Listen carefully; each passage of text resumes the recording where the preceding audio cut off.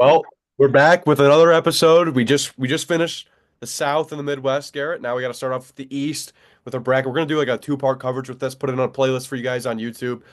Make it easy and attainable, and so you can break things down easier. You don't want a whole episode that's just all about everything in March Madness. We feel like that's a little bit too overwhelming. So we're gonna break this down to like two 40-minute, around 40-minute episodes, and get into the thick of it here.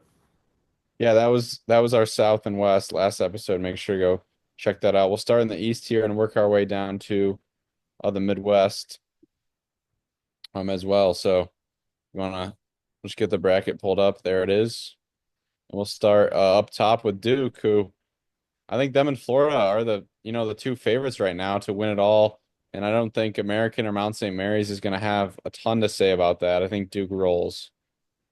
Yeah, I think you're right on that too, Garrett. This Duke team. You can you can say the Cooper Flag injury might mean something down the stretch later in this tournament, but I don't think it's specifically super important against American or Mount St. Mary's for that matter.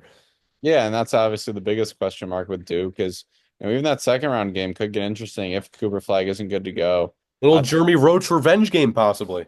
Yeah, I think it was, a little sprained ankle. I shouldn't say little. It obviously kept him out for multiple days, but no, it's something where I think, a return is likely and definitely possible for Flag. And like you mentioned, Jeremy Roach and the Baylor Bears, the 9 seed, facing off against Mississippi State, the 8 seed. And a theme for me so far has been picking against the SEC teams, and I'm going to stick with it. I think Baylor has been playing better ball recently. VJ Edgecombe, Jeremy Roach, North Shadow, or they have a lot of talent, not North Shadowmere anymore. Or he might still be there, but you got to fact Oh, check that's all on right. that. I think Baylor, Scott Drew, we saw him win it a couple of years ago. I think Baylor moves on. I'm with you on that too, Garrett. Even though this is a 19 and 14 team. Uh, Wait, no, wait. This is Baylor. This is against Mississippi State. No, I picked Mississippi State in this one, so we got a difference right there. I'm not a huge Baylor fan. Like I've seen them in the past. They do perform in the tournament, so that you can attest to that. But I think a 21 and 12 SEC team, I'm going to take it over the 19 and 14 Big 12 team this year. I think the records matter, and this, who they've played has mattered. I think Mississippi State is tested, and I feel like we've been kind of down on the SEC teams like the Mississippi States of the world, like the Ole Misses so far with picking. Even though we picked Ole Miss to actually go far, more like the Vanderbilts as we get to the bottom. But I think that this Mississippi State team is going to get it done against Baylor. It's just my feeling. So, Yeah, North Shadowmere is on Baylor. Sorry, it's just the transfer portal these days. Guys are playing for too many schools. but then you got Oregon Liberty, and Oregon they have performed in the tournament as of late. They're a team that usually plays pretty well, but this Liberty team is an interesting matchup for them, in my opinion. Yeah, at Liberty, a high-powered offense. I think this is going to be a popular upset. Liberty, a really good record. They sort of walked their way through the Conference USA tournament, but Oregon undefeated out of conference. They had the 8 regular season conference losses, fell to a Michigan State in the quarterfinal. But I think this is a really talented Oregon team, and I think seeding them at 5 is pretty appropriate, and I think they get it done against Liberty. But I think Liberty puts a good scare into them. Yeah, the thing that I wanted to look at with Liberty too, and the thing that makes it interesting is, they've beaten some teams that you're looking at throughout this tournament. I know we haven't gotten to McNeese State yet, but they got a win over McNeese. They've beaten Kansas State. You could point to some big wins, but I like what Oregon's done, beating Maryland, beating Alabama. Those are some huge wins you could point to, and even a win over Wisconsin, the runner-up in the Big Ten. And this is Oregon's technically first year in the Big Ten. And, those are wins throughout the year that I look at that I think are important. I know they did lose to Michigan State just recently, but it was only by 10, and Michigan State's a 2 seed. So I got Oregon prevailing against Liberty. So we both have Oregon there. Arizona just came up a little bit short. They played really well in the Big 12 tournament, though. They fell by a couple possessions to Houston, who's been dominant recently, and then they face off against Akron, who the MAC champions came back from a huge deficit. They were getting doubled up early on by Miami of Ohio in that championship game. They're 16th in adjusted tempo. The way they play is so fast. They get up a lot of shots. They score a ton of points, averaging around 84 points per game, I believe it is. And I think, the Akron Zips are going to shoot the ball really well and catch fire. I think they take down Arizona. All right, well, I got Arizona in this one. I like what I've seen from Arizona. That's just me, Garrett. But pick your picks. I like that we're changing things up than we did last year. I'm trying to edit it right now so I can put yours up there. You got Akron. You think they're gonna catch fire? They can shoot it. It's fair. I don't see a 4-13 here. I like what Arizona's kind of done this year. They've been battle tested, in my opinion. They've had some tough games. It seems like they've come through in a lot of those situations. So I'm confident in picking Arizona. Yeah, I think they're definitely more battle tested playing in the Big 12 as opposed to Akron playing in the MAC. I just think Akron was so dominant all year long in the MAC. And, we saw when DeAndre Ayton was on Arizona, they fell to a MAC team in UB, the Buffalo Bulls. And I think that was also a 13-4 game. And I Shout think out Nick. Shout out Colin. I think, you know, Akron, they get it done again here, representing for the MAC. I think they take down Arizona. All right, let's move on here. I'm trying to move this thing as we go on, but we got BYU and VCU, and people are saying this is a fun game, written all over it. One of those 6-11 matchups. Almost all the 6-11 matchups are usually pretty good, but this is another one of those good ones. Just initially, I like what VCU's done in the A10. They've beat a good George Mason team in the championship. Um, I I got a feeling that you get a little bit of VCU here. I know Shaka Smart's not there anymore, but I still feel some VCU magic, maybe. Yeah, the last 6 years, the 11 seeds actually had more success in this matchup than the six seed has. VCU playing great ball, coming off their A10 title victory, in which they defeated a really good George Mason team. I think they're one of the hotter teams, despite the loss to Dayton a couple weeks ago now. That was their only loss in the past like month and a half or so. I think VCU gets it done against BYU, who I think is a little too reliant on their shooting and offensive game. And you know, VCU is going to get after it. They're going to pick you up full court. And we just saw BYU play a team that gets after it on defense in Houston, and they really struggled. I think another team that's super reliant on their 3-point shooting and they're shooting from three and just the way that they consistently do it up and down the floor. I know we saw it with both Michigan and Wisconsin.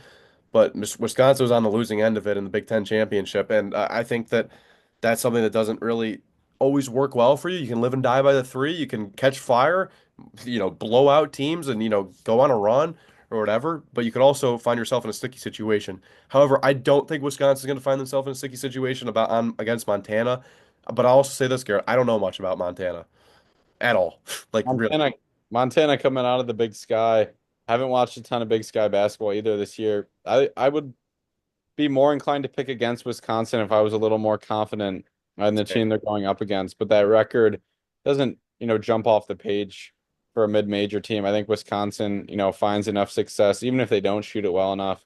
I think they just have the depth and the bodies to overwhelm this Montana team. Yeah, I'm with you on that. We're all same here. And then we got the 2 seed Alabama at the bottom of the region, against Robert Morris. I don't are we gonna pick a 15 or two? I don't know anything about Robert Morris. Oh, and I'll pick that one first with Alabama, and I just realized we skipped over St. Mary's and Vanderbilt, which is a very interesting game in my opinion. Yeah, this one could get ugly the way Alabama plays. It's not, they could it could, factor into an upset if they just get really cold, but I think just the sheer talent they have and the way they play, I think they're going to roll the Horizon League champs. And I'm going to give the SEC some love here. I just don't think St. Mary's usually delivers in the tournament. And coming off their loss against Gonzaga, I don't think this year proves to be much different. I think Vanderbilt, the transfer, AJ Hogard, they got a lot of depth. Tyler Tanney off the bench is a really good point guard. I think Vanderbilt, does enough to get it done. They have plenty of good wins throughout the season as well.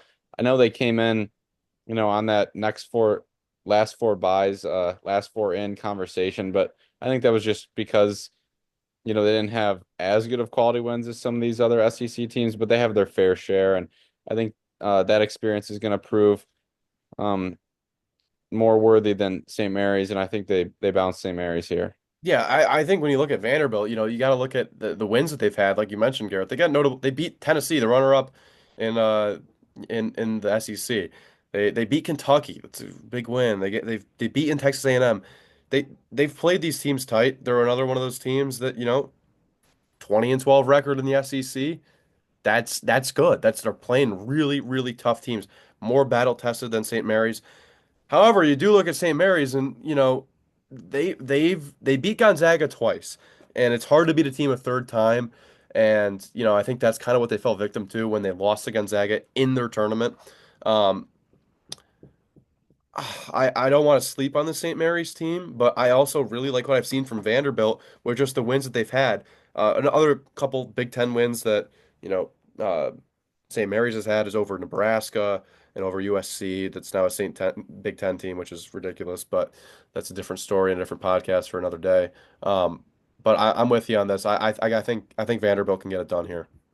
Yeah, and St. Mary's has had an amazing year. They swept Gonzaga in the regular season. Marshallonis, their best player, who played his dad played for the Warriors for a while, and it's that European style of basketball, and he's very effective. I don't think they quite get it done here. So we'll move on to the round of 32 now.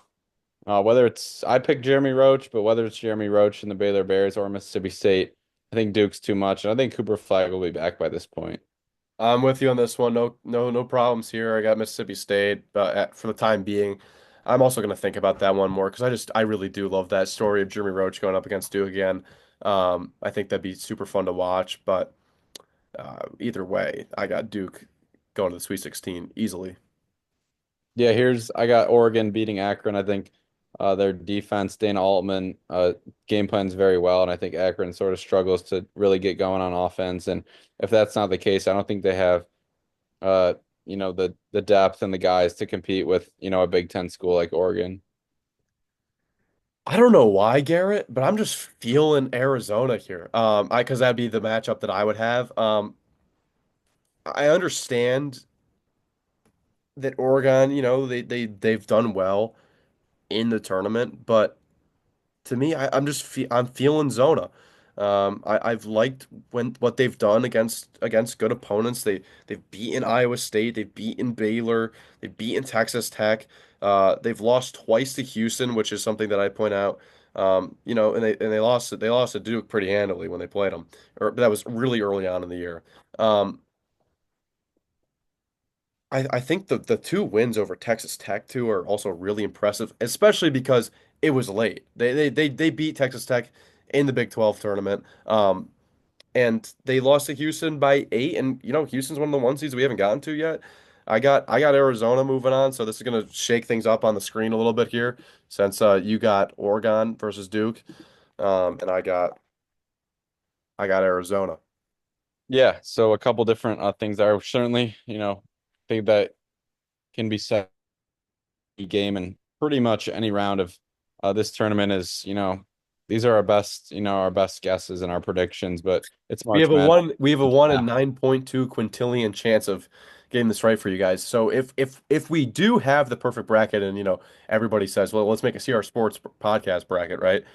And you win, we do require that you give some feedback at least, something like, well, thanks guys, appreciate it, and we'll take a paycheck as well. Be happy to. Yeah, if a perfect bracket comes from this podcast, I think, we'd be pretty special and honored to, do whatever it is that comes after. I don't even know what happens when you get a perfect bracket. 'Cause Well, then we'd probably be on like the Today Show or something like that to start off. Let's be yeah. honest. I'll go on Good Morning America, shout us out. This would probably be the start of really a big thing for us. Maybe we drop out of college and just say screw it, just go all in with a perfect bracket, guys. No, I think Warren Buffett would give us like $1 million or something like that, so that'd be pretty sweet. Yeah, This is well, you never know. You never know what's going to happen, and you never know what's going to happen between VCU and Wisconsin if they end up facing off. And I think the story of the Rams continues. I think their defense stifles Wisconsin just like they do to BYU, and I got VCU winning another one. Love it, Garrett. I'm with you on this. I can pick this and see it through. Not a fan of Wisconsin of how they've played as of late. I think they're too reliant on the three-pointer, and I think that's a troubling sign for teams, especially in conference tournaments, especially how nervous I saw Wisconsin in the Big Ten championship game. That was apparent. And that's a problem to me. I don't think exactly that you see you want to see with the team. I also think that John Tanjay, the one of the best players who averages most points for Wisconsin, really doing nothing in the Big Ten championship game.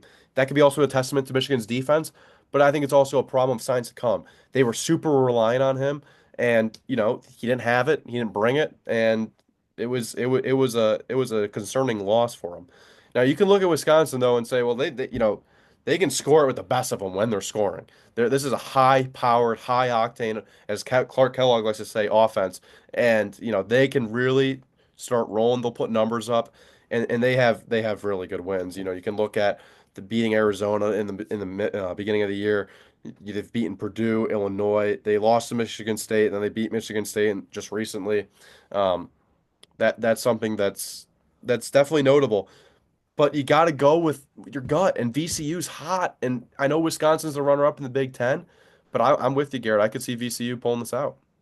Yeah, Wisconsin often goes as John Tanji goes. So, like you mentioned, an off shooting day after he really put on a special performance against Michigan State in the semis, an off shooting night against Michigan earlier today, and or I guess it was technically yesterday by the time we're recording this, but All right.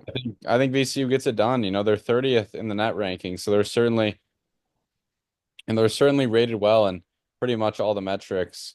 Maybe especially on the defensive end, maybe not as good offensively, but we'll move on now The, to the the, the one last. thing, Garrett, before I think is concerning, you want to look at versus the top 25, VCU hasn't played anybody. Wisconsin's 3-3, so they are much more battle tested in that way. This could be a pick though that we're looking for. We're just trying to shake things up, and you want to pick the madness. Yeah, for sure. I think Vanderbilt's going to play Alabama really close, actually. I think this is going to be a high scoring game. It's not really a hot take because Alabama's games are like always high scoring. They don't play much defense, but Mark Sears, Grant Nelson, that high power, high octane offense, I think is just enough to get them by Vanderbilt. But I don't think Vanderbilt fails to put up points in this one. Yeah, Alabama's beat them before, but I still think they're going to. I'm with you. I think Alabama's a tough out. They're obviously a team that went to the Final Four last year too, and I think they're a threat at it again here this year. Yeah, Duke, Oregon is what I have in that top. I think that's just a classic, CBS March Madness, Iron Eagle, whoever it is, Grant Hill and his The crew on the raft. call, Bill Raftery on the call. I just think that's such a classic March Madness matchup, two storied programs, especially in the tournament. I think Duke handles them by 10 or 15 and they book their spot in the Elite Eight. Well, I got Duke, Arizona, but I got the same result as you too. I think this is Cooper Flag finally healthy at this point as well, which would be a huge thing for them to get back. Um, I just think that the time between his injury and then the game that's going to be on March of the 27th, I think it's enough time for Cooper to get healthy. And if I feel like Duke can get there easily. And even without him, they got Colin Knippel is one of my favorite players to watch in all of college basketball. I love his game. And Malik Brown, the transfer from Syracuse. Loved him here at Syracuse. Sad that he went there. One of the best defenders in all of college basketball. Might be the best defender on that Duke team. And then you got Malowatch down low that they'll bring in, and they can really shake things up. And then obviously Cooper Flag is just everything put together in one, and he's the heart and soul of that team. And you got veteran guys like Tyrese Proctor who can come in, hit some threes for you, and they're a really really tough team. And obviously they are the second overall one seed in this. Um, in this bracket this year, but there was huge arguments for them being the number one overall team. Yeah, still not sure the status of Malik Brown. He missed that ACC That is tournament true. championship game. He was in a sling. I think his shoulder might have popped out or something like that. So we don't know exactly. I think he's And going to that's be. a huge loss if they don't have him. Yeah, that could come to bite him later. But I think Cooper Flag is really, the bigger loss there. And um, you want to talk about VCU and Alabama? I think a lot of Cinderella stories come to they meet their match in the Sweet 16. I think that happens here. I think Alabama, their offense is just too much for VCU's stout defense. I'm with you on that, Garrett. I don't see, I really don't see Alabama losing to VCU if this is the matchup that we have picked. I just think they're just such an athletic team, and the high-powered offense is something that's so tough to destroy. Um, it shapes up a really nice Elite Eight game though, with the one and the two. And It does. it's Like tough. we saw in the West between, Florida and St. John's, just high quality basketball game in the Elite Eight. I know it might seem like chalk, but these are the two regions I have the one and two facing off, and I think Duke is more balanced in terms of offense and defense. I think, Bama's just not great on the defensive end. I think they can score with Duke, but I don't think they get enough stops. I'm with you on that. I got Duke going to the Final Four. You could say Auburn's been the best team all year. They haven't been as late. Besides Auburn, Duke has been the second best team all year, and they have been as good as of late. Um, I'm just really confident in this Duke team. They only have three losses. They have played a tremendously hard schedule. I know the ACC is down, but you look at their games out of the conference early on in the season, who they're playing up and playing against. They're playing against SEC schools. They're playing against Kentucky. They played against Kansas. They played against all these schools. They went out there and just were super impressive. They even beat North Carolina three different times. You want to say that lane violation late was something that, was really close, but that's the biggest rivalry in all of college basketball, or the second biggest. It's right up there. Um, and they've been a team that's been tested all year, and I think the other test is just gonna be Cooper Flag going through an injury, and I think John Shire has gotten much better of a coach this season, and I'm giving him credit where it's due, because I've been critical on him in the past, saying they're never going to be what they were, like they were with Krzyzewski. I think he's pulled this Duke team to, with the help of Cooper Flag, um, to a Final Four team at least, and we'll see where that lays up. Yeah, I know there's a lot of talk, Duke. That was our first ranked win since like December or something because there was no ranked games between ACC opponents this year. No one they played at all was ranked at the time that they played him. But for me, I don't worry too much about that. I think Duke will have, a couple games to ease into it as well, in case there's any rust. I don't think there's going to be much rust though. They ended the season facing Carolina twice, which, not the highest powered Carolina team we've seen, but it's their rival. It's the Tobacco Road rivalry. And then they beat a really good Louisville team in the final. So I don't really think that plays much of a factor. I think Duke's ready to go, whoever they're playing. All right, so that's what we got for the East region.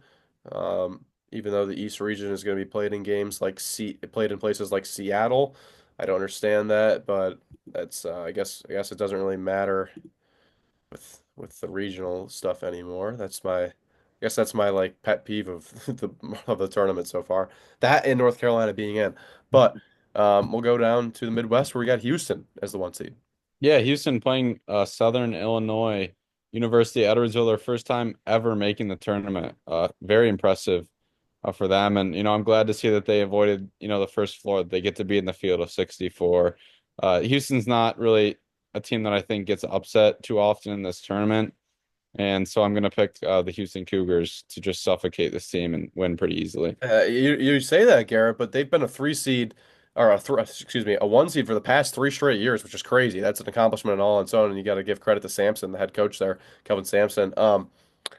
I think this Houston team is obviously going to win this first game, but you say don't get upset often. I think they're staring down two teams in either Georgia or Gonzaga in a really tough 8-9 matchup. Gonzaga is hot.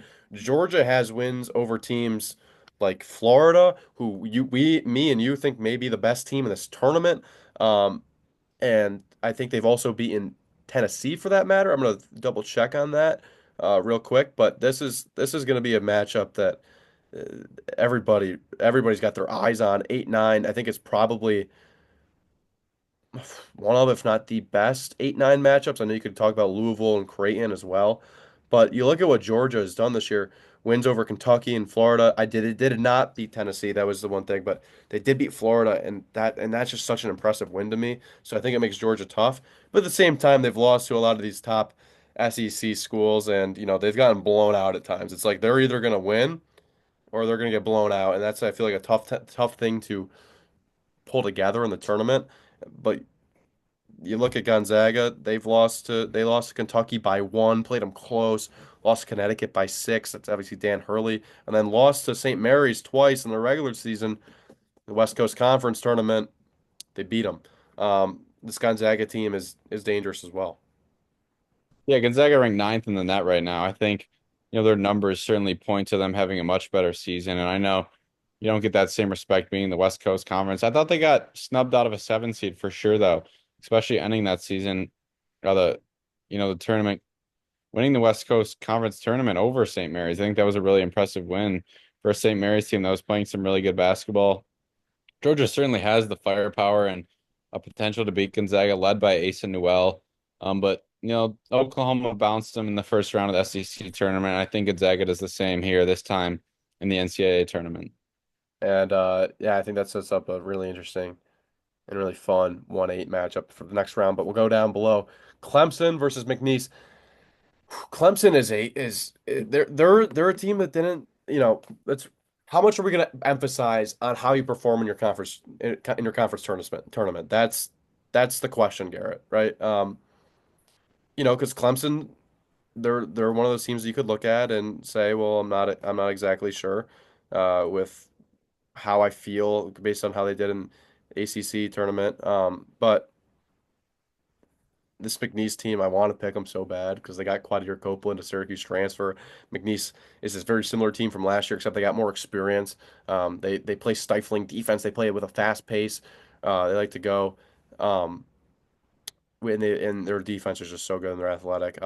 I do think though that Clemson is going to win this game with wins over Duke. The win over Duke they had was so impressive, and I think that's something that you can really rely on in the tournament.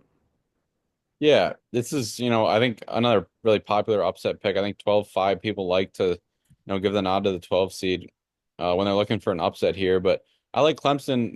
Michael, I've been really high in Clemson Yeah. really this whole year, especially after they beat Duke. I thought they've just been so disrespected, and I think a 5 seed is really a slight at them.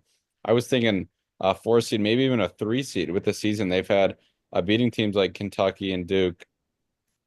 No, they lost a couple times to Louisville, but it showed that you know, they're definitely on Louisville's better. I still think that they might be a better team than Louisville, even though, Louisville's beaten them twice now. I think Clemson can play with most teams in the country, and I think McNeese, they have 4 or 5 guys averaging double figures, a really balanced team. Will Wade, this group of seniors, he's done a really good job there, and he's a really good coach, and we know that. I just think, the talent gap's a little too large here. I like Clemson moving on. I'm right with you, Gary. Got that marked down. This High Point Purdue matchup next is interesting because how much emphasis do you want to put on the big wins you have early on in the year? Like, Purdue's got wins over Alabama, Maryland, and Michigan, but those are all pre-February. And November for the win over Alabama and early December for the win over Maryland they had. And this High Point team is hot. I think they had the best celebration, the best crowd when they had the reaction in Selection Sunday, um, getting into the tournament. And they've put together some games. I like this High Point team. I want to pick them. It seems like that could be your 13-4 upset here. And I'm feeling High Point. I love it. Yeah, guys, this isn't scripted. I actually picked High Point to win this one. Oh, did you? I didn't know that. All Well, right. I mean, they're 27th in the country. They're known for their high-powered offense, and I know the Big South title game, Winthrop had him on the ropes for a while, but it was the bench players that stepped up and got it done for High Point. They're not known for their defense, but I think Purdue is just they've shown some inconsistencies, and I think they've had some losses where it's like I want to see Purdue win that game, and without Zach Edey, I know Trey Kaufman and Wren has stepped up and done an amazing job, but you look at before last season where they lost, they were the national runner-up. They had, some early exits in the tournament. It was, North Texas got them one year, obviously Fairleigh Dickinson in the 16-1 upset. So they've been prone to upset, and I think High Point gets them. Yeah, I did not know you're going there, Garrett. You have more of an analyzed approach. Mine just kind of this. That's my gut. I like High Point. Their first time team in March Madness as well. I feel like that's just I feel like it's there, and I think you're right on Purdue. Outside of what you saw when they were the runner-up last year, they have been prone to early round upsets, and I guess I picked wrong on that last year because I thought they were going to fall victim to it again. But I think that was Zach Edey's last year, just how good he was, culminating in what should have been more runs for him in the tournament. But I think Purdue's going to get upset here, and I think I got High Point. I'm with you. Yeah, Illinois versus the winner of Texas Xavier. It's a really tough one for me to pick. I'm really struggling how to pick this one. I think I originally picked Illinois when I, took a first look at the bracket, but I think I'm going to switch my pick here. I think I'm going Texas. I love the way they played in the SEC tournament. with wins over Vanderbilt and then Texas A&M, and they played Tennessee pretty close. Tennessee was able to pull away at the end. I don't think Xavier has enough to match Texas, and Texas is certainly battle tested with the gauntlet that the SEC provided. And Illinois is an interesting team. I thought they were a little overseeded. I thought maybe an 8 seed or even a 9 seed was better for them. Duke beat them by like 40 a few weeks ago. They got manhandled by Maryland in the Big Ten tournament. They have a lot of talent there. I just don't quite think they've put it together this year. I'm gonna go Texas. I don't. This was one of the matchups I was looking at earlier, Garrett, and I just go, I don't know enough, and I think it's going to be one of those things I'm gonna have to develop throughout the week, and this is why we're doing this on Selection Sunday, technically Monday now, since we've cracked over into midnight. I don't know, but what you make a good case, I'll tell you that. So I'm fine with picking Texas there. I like what you said with getting blown out by Duke. That's just a bad look, and then Texas has gone through the gauntlet of what the SEC is. So I think that's a great point, and I'm not high. I'd rather pick the SEC over the Big Ten, and I'm with you. Yeah, Kentucky, I think, gets it done against Troy. Lamont Butler has been back the last few games. Kentucky had a nice win on the first round of the SEC tournament. Alabama handled them pretty good. I just don't think Troy's, one of the teams in this tournament, mid-major with a lot of firepower, 10 losses, double-digit losses. I think Kentucky takes care of Troy. Yeah, that I agree with you right there. I don't think we have to really go too much depth with it. Besides, I love what Mark Pope has done at Kentucky in his first year. Yeah, and then UCLA, Utah State. I actually picked UCLA to win the Big Ten tournament, and they got embarrassed by Wisconsin in the quarterfinal. I think Mick Cronin um, fires this UCLA team up enough. He's certainly not, afraid to tell the media what he No, he's thinks. not. Yeah, And Utah State, the Mountain West, not a ton of success. I know San Diego State had that amazing title run, but outside of them, Mountain West hasn't always, provided the most memorable March Madness moments. And I think, Colorado State beat them in the semifinals. I think they're going to lose here to UCLA, but the another game where those 7-10 games just so hard to pick. yeah, I agree with you, Garrett. I think I got UCLA, but do you have the 15 over two? You got Watford, the 19 and 15 team that went on a crazy run. The Terriers of Watford beating Tennessee, the runners up in the SEC. No, I have Tennessee, but I will say Wofford does have a guy who shoots underhand free throws, so Glad to see it. I want to tune in just to catch that. Hopefully that makes the one shining moment video. Yeah, so then we got Houston Gonzaga at the top. You said it. What Gonzaga is a top 10 team in the country in the net rankings, and they're playing their best basketball this season yet. And Houston has fallen short in past years with how they performed in the tournament. I don't know if this is a great matchup for Houston in the second round. Yeah, Michael, I said Houston not usually prone to upsets. I coming in the tournament, I was like, I don't think Houston has what it takes to win it all, but you can book them for Elite Eight, at least Sweet 16. Until I saw that they got matched up against Gonzaga. Let me give you a quick stat here. Shout out to Ryan Hammer for this one. Since 2000, He's the uh, three, best. three criteria to win it all. You got to be top 12 in the Week 6 AP poll, and you got to be top 21 in offensive efficiency and top 37 defensive efficiency. Gonzaga meets all those checkpoints. Give me the Bulldogs to upset the Cougars. Like it. I'm with you. I'll pick that. I think that's fine here. Um, Clemson, High Point. I think High Point has one game in them. That's about it. I like what Clemson's done. I'm confident in the Tigers to go to the Sweet 16, and then you got that's fun with Clemson Gonzaga in the Sweet 16. Yeah, I got Clemson as well. I'm gonna stay riding with the Tigers, even though they went out a little earlier than expected in the ACC tournament.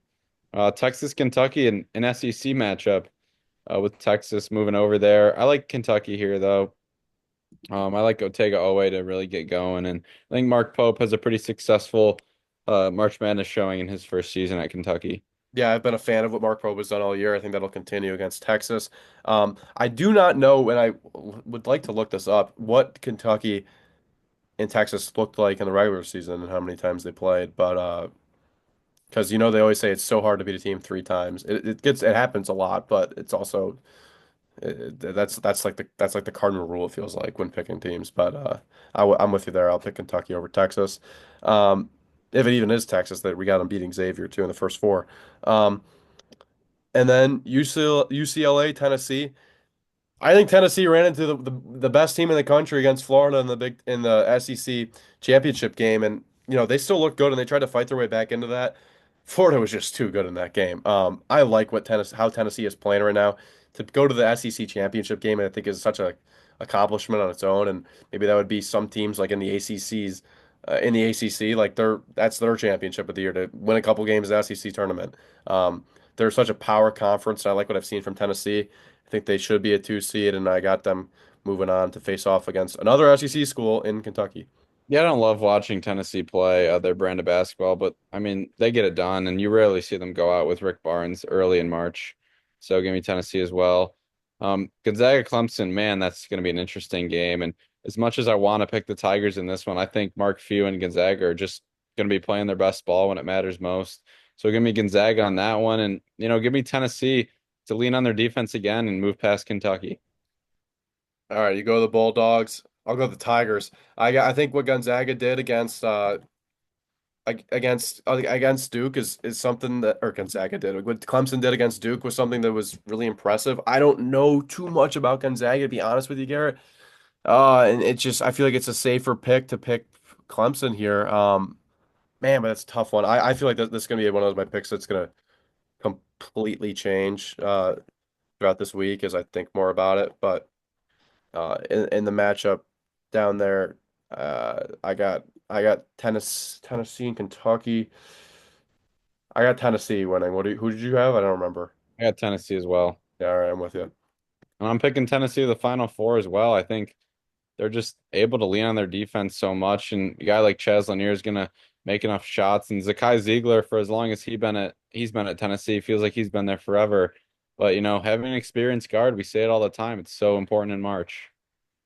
I'm fine with that pick too. I think that this Tennessee team is tough. It's not. I don't think they're the best team either, but I think this draw is really in favor of them as well. But I think the cumulative Final Four we came up with was Tennessee, Duke, Florida, and Michigan State, and that would set up Michigan State against Florida and Duke against Tennessee. And I think these are two of the uglier Final Four games we're going to have. I think Florida and Duke have really just separated themselves, and I think that's going to continue with the way they play in the Final Four. So you got out of the South at the top. Who do you have? Michigan State. I'm with you there. But I had the Johnnies down below. Oh yeah, I forgot. Yeah, that's where the dispute was. Duke in the top right. And instead of St. John's, you have Florida. Yep. I want to pick Florida so bad. I wish St. John's and Florida were on opposite ends. I'd want it to be the championship game so bad. I think that could totally be a thing. Um, and then we both got Duke and Tennessee for the time being. I mean, I'm probably gonna change my bracket uh, Yeah, throughout it's locked in. There's still a lot to be said, a lot to be had. New storylines could come out. Um, I think you're probably gonna pick St. John's Duke, and I have Florida Duke here. that is true. I mean, I've talked about St. John's to a full extent in the other episode. I feel like people don't really need to hear it anymore. But yeah, St. John's Duke is what I have so far. And I just think it's gonna produce such a good basketball game. Um, I really would be so intrigued to see this. I'd rather see St. John's, Florida in the championship, but if Cooper Flag is healthy too, which I'm banking on to make this pick for Duke to be in the national championship, I think it'll be super fun. Yeah, and I'm gonna go Duke over Florida in my final. I think Duke, gets back to the mountain on top of the mountain of college basketball. John Shire gets his first national title. Um, I think you can, book Duke and Cooper Flag in his lone college season. I know there's been rumors, but I think he's gone. He wins a national championship in his 1 year at Duke. So you got Duke as the champions, and I got St. John's, Garrett, if we're gonna go there because I love him. Give me the Godfather. He's brought New York basketball back in the city. Unfortunately, here in upstate Central New York, it's not been the same. But we're gonna get back to the promised land soon. Syracuse, Rick Pitino's pulling it for now. But how exciting has it been to watch what Rick Pitino has done? So special. So special to do another podcast with you, another episode. I know as we're running out of time here, but thanks for watching, everybody, and we